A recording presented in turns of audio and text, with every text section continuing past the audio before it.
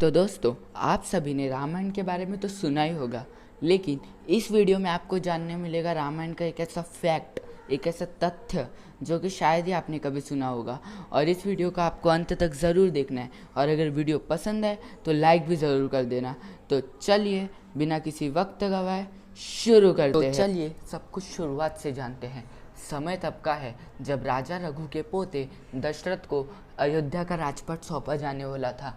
राजा दशरथ राजा बनने के पूर्ण रूप से योग्य थे। उनमें वे सब गुण थे जो कि एक राजा के पास होने चाहिए थे। उन्होंने राजपाट बड़े अच्छे तरीके से संभाला। सभी और खुशियाँ ही खुशियाँ थी। बस एक गम था।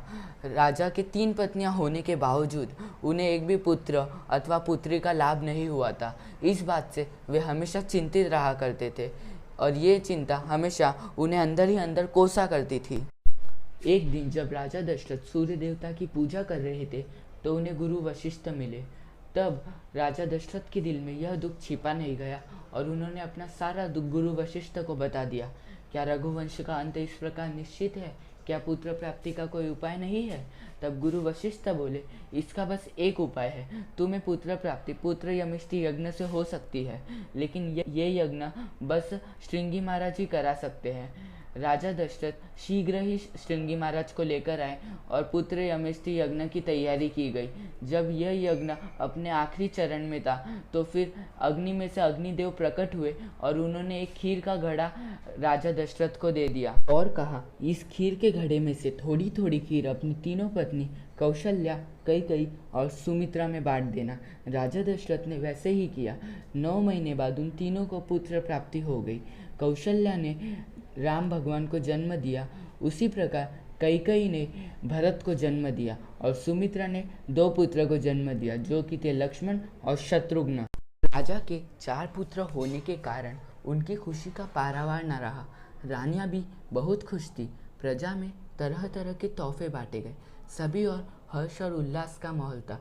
इस तरह आनंद के साथ समय बीता और चारों पुत्र बड़े हुए। अब मात्र चारों का विवाह कराने का निश्चय किया गया। प्रभु राम का विवाह देवी सीता के साथ कराया गया और लक्ष्मण का विवाह उर्मिला के साथ कराया गया। भरत का विवाह मांडवी के साथ कराया गया और शत्रुघ्न का विवाह श्रुति कीर्ति के साथ कराया गया। फिर एक दिन जब राजा दशरथ शीशे में अपना चेहरा देख रहे थे तो उन्हें एक सफ़ेद बाल दिखा। तब उनके मन में यह विचार आया कि अब मात्र बुढ़ापा निकट है और अब उन्हें अपना उत्तरदायित्व अपने 4 पुत्र में किसी एक को सौंप देना चाहिए। उनके मन में सबसे पहले विचार राम का आया। उन्होंने सोचा कि इससे अच्छा राजपाट कोई नहीं संभाल सकता, इसीलिए उन्हें अपना राजपाट राम को ही सौंपना चाहिए। लेकिन फिर उन्होंने सोचा कि इतने बड़े निर्णय में बड़ों का मार्गदर्शन भी आवश्यक है। इसीलिए फिर वे गुरु वशिष्ठ के पास गए और उनसे फिर उनकी राय पूछी। गुरु वशिष्ठ भी इस बात से सहमत थे और फिर उचित मुहूर्त के साथ राम को राजा बनाने के साथ साथ राम का राज्य अभिषेक करने का निर्णय लिया गया। लेकिन शायद इस खुशी पे किसी की नज़र लग चुकी थी। जब कैकेयी, जो कि भरत की माता थी, वो अपने प्रधान कक्ष में आराम कर रही थी, तब उनकी दासी मंथरा वहाँ आई और उन्हें अति प्रसन्न देखकर राम के प्रति भड़काने लगी। वो कहने लगी, राम तो तुम्हारा सगा बेटा भी नहीं, तुम्हारा सगा बेटा तो भरत है और उसे राजपाट नहीं देने वाले, राम को देने वाले। फिर ये प्रसन्नता क्यों? तुम्हें तो दुखी होना चाहिए इस मौके पे। जैसे ही दशरथ की मृत्यु होगी और राम के हाथ में राजपाट होगा, तुम्हें और तुम्हारे बेटे को कोई पूछेगा तक नहीं, और या तो तुम्हें देश निकाला दे दिया जाएगा या तो उनकी सेविका बना के रख दिया जाएगा। कैकेयी, भरत की माता, वो पहले तो मंथरा का विरोध कर रही थी, लेकिन धीरे धीरे उसे मंथरा की बातें समझ आने लगी। वो धीरे धीरे मंथरा की बातों में हाँ मिलाने लगी। आखिर में उसने मंथरा से कहा, अच्छा, मुझे तुम्हारी बातें समझ आ रही है, लेकिन अब मैं क्या कर सकती हूँ? अब तो राम के राज्य अभिषेक का भी मुहूर्त निकल चुका है। अब कुछ करना मुमकिन नहीं है शायद से। मंथरा ने कहा, अभी भी कुछ मुमकिन है। अगर तुम किसी प्रकार भरत को राजा बना दो और राम को यहाँ से दूर भेज दो कई वर्षों के लिए, तो राजपाट तुम्हारे हथेली में आ जाएगा।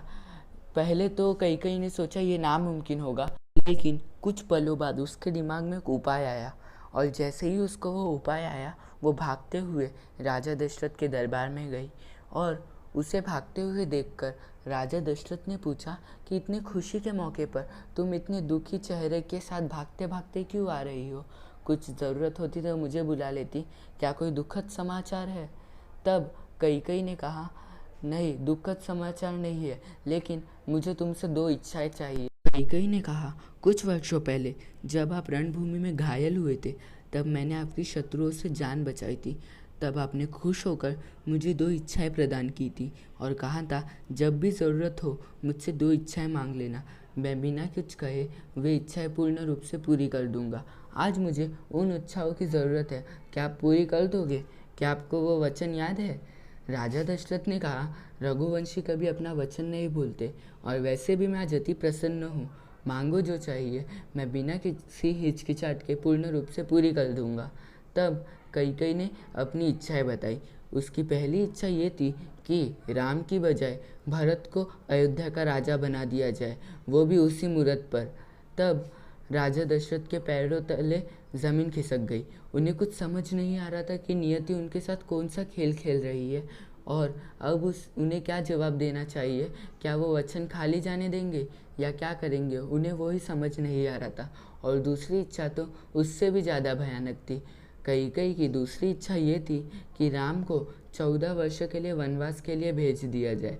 अब तो मात्र राजा दशरथ वहीं बेहोश हो गए। राजा दशरथ के बेहोश होने की खबर पूरे महल में फैल चुकी थी, और इस प्रकार कैकेयी ने राजा दशरथ से 2 इच्छाएं मांगी।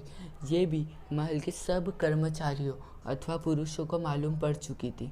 यह सब जानकर राम दशरथ के दरबार में भागते हुए आए, और पहले तो उन्होंने राजा दशरथ को सांत्वना दी और कहा कि मैं 14 वर्ष का वनवास यूँ पूरा करके यूँ वापस आ जाऊंगा। आप मेरी प्रतीक्षा करते रहिएगा, और मेरे जाने के बाद भरत का राज्याभिषेक कर उसे राजा बना देना, और उस पर कृपया कर कौन सा भी दबाव मत डालना।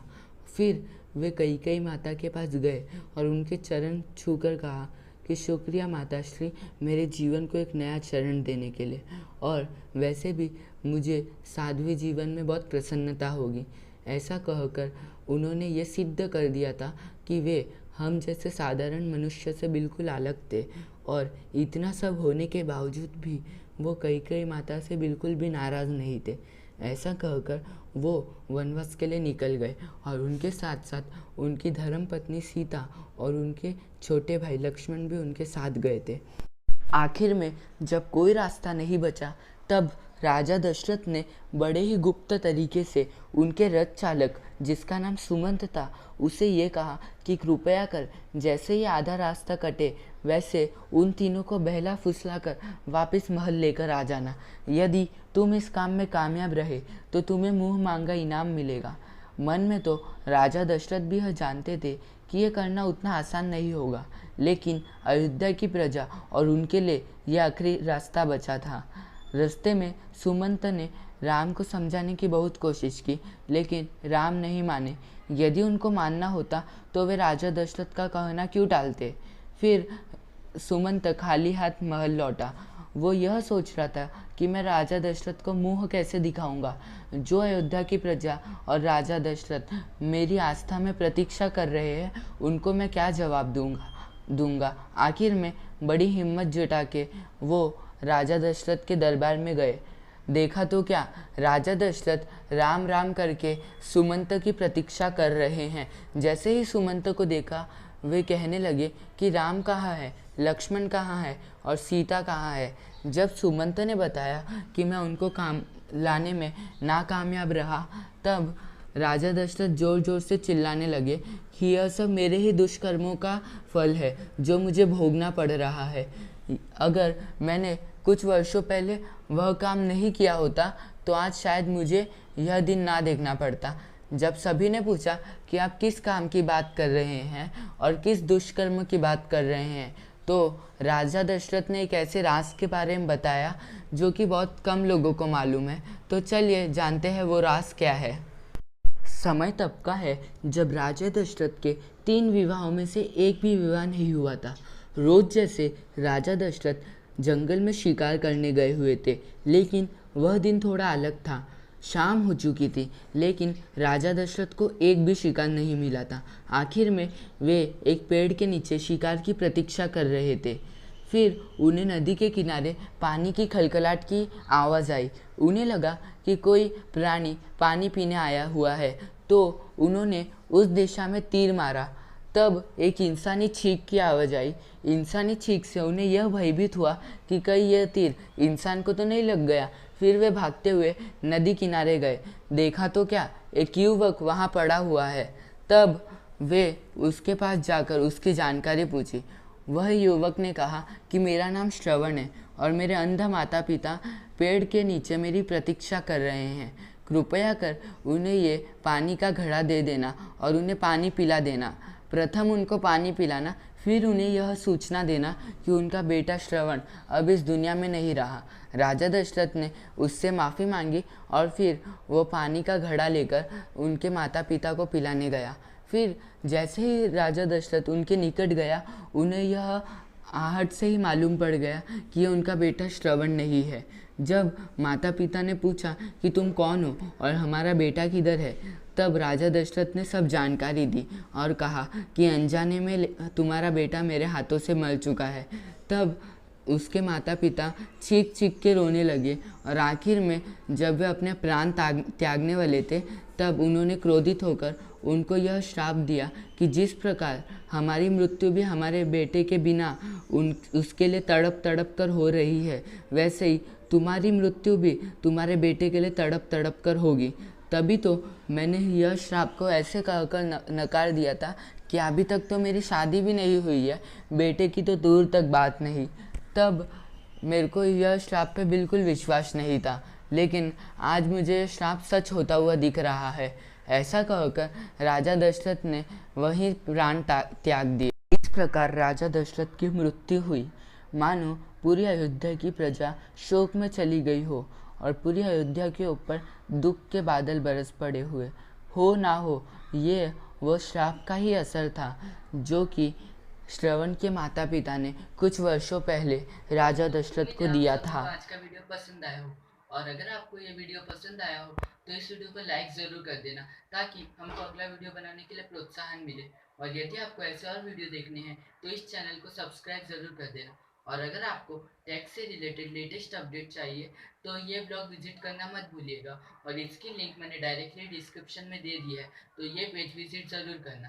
तो दोस्तों, आज के लिए बस इतना ही। मिलते हैं अगले वीडियो में, जब तक के लिए स्टे ट्यून्ड।